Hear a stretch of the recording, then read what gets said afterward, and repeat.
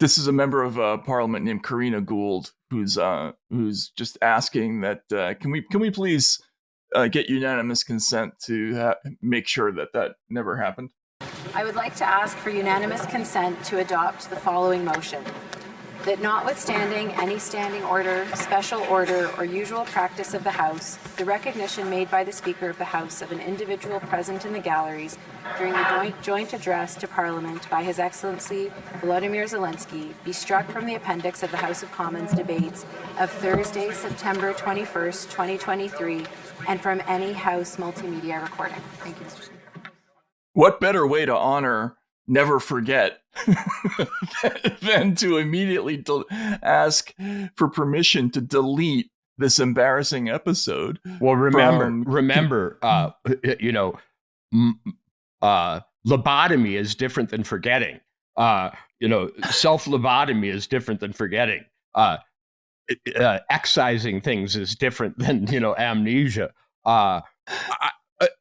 If these were not the people who are calling for the world to be, expunged of Russian disinformation, then I might be willing and wrong think in every way, and taking away people's bank accounts, for having, done a civil protest in Ottawa. I might be willing to cut them breaks, but I am unwilling to cut them any. As far as I'm concerned, the totalitarian, smug, insular, moronic nature of these regimes that want to police the rest of us, their overconfidence, and even, in a way, their mischievousness, I think, was shown in crystal form in this episode. And it must be absolutely put on the middle of the table as a centerpiece for why they have neither the moral, intellectual, or political authority to do what they're doing in general in terms of suppressing others, policing speech, and attempting to rally us all to this groupthink. Because them standing up and applauding as one for this completely transparent situation that should have been, for anyone with the least grasp of history, incredibly troubling and visible at the first moment, is, to me, their exposure. They've been exposed, and I think they thought they could slip it by us. I mean, I think they thought. Do you think that's what it was, or do you think because I mean, there's another level to this where that's one of my four hypotheses. Actually, I have others. Right? I mean, yeah, it could be oops, and let's just try to smooth this over, and then let's get Wikipedia to if you look at Yaroslav Hunka's page. Now you'll see that this article is being considered for deletion. If you click through, it'll have a little message that say this article is being considered for deletion in accordance with Wikipedia's deletion policy. Please share your thoughts on this matter on the article's deletion discussion page. I have no doubt that algorithmically that this episode is going to end up being treated in the fashion of many other news stories that just don't get seen all that much. But the most generous interpretation of this is they screwed up, and then they resorted to ham-handed efforts to, basically just overtly whitewash the situation. Again, the Soviet Union, the Soviets did this kind of stuff, but they had the shame or the cleverness, I guess, to kind of do it in stealth.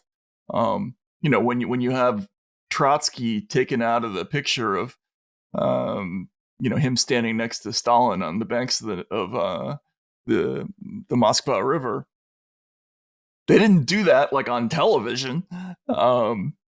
It was just in the next edition of a textbook. But we're looking through a telescope at a population of Martians that has completely divorced itself from regular life. They, it doesn't take stones to stand up and call for the, striking of your most embarrassing episode from the record.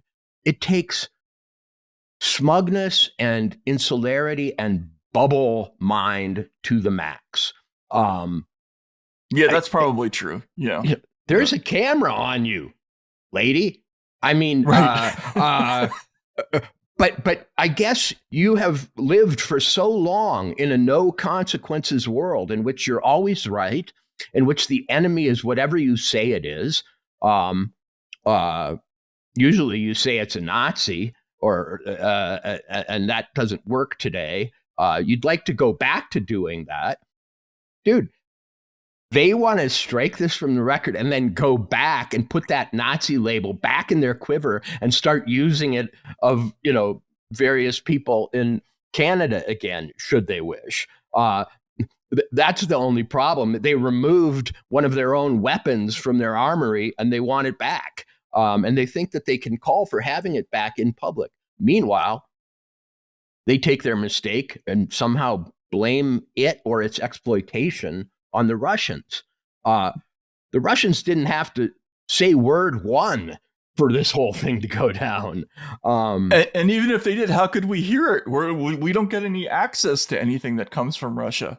I mean, you can't read any Russian newspapers if you. Yeah. Despite being told, Matt, that through all sorts of back channels and insidious information operations, they get their point of view into every American home.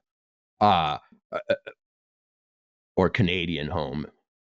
You got to go on Telegram in Russian to get any kind of, input from anything that's coming out of Russia. And most of that is like sort of anti-Russian propaganda, but whatever. We'll get to that some other day.